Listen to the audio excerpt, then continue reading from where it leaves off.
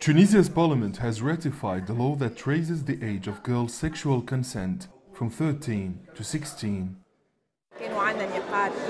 Any sexual relationship with a girl who is younger than 16 is considered rape.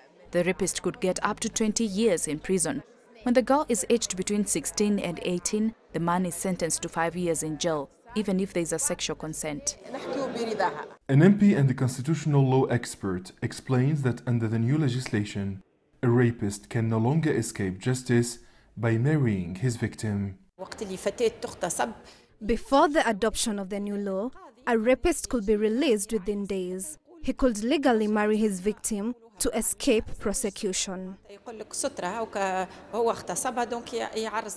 Civil society activists and foreign NGOs are financing the Abused Women's Center in the capital city Tunis. Dozens of women who escaped domestic violence and sexual assault live here.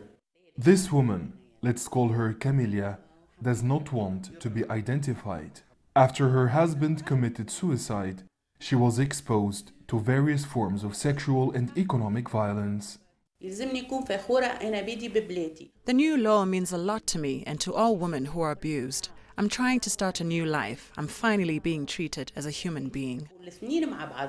The Beatty Association, which translates as My Home, helps survivors of sexual violence reintegrate into society. Every day we meet women and girls who have been abused by relatives, husbands or strangers. This new legislation is revolutionary. Now all we need is more support from the authorities to give these women hope of a normal life. Back in 1957, Tunisia passed a series of laws that institutionalized gender equality.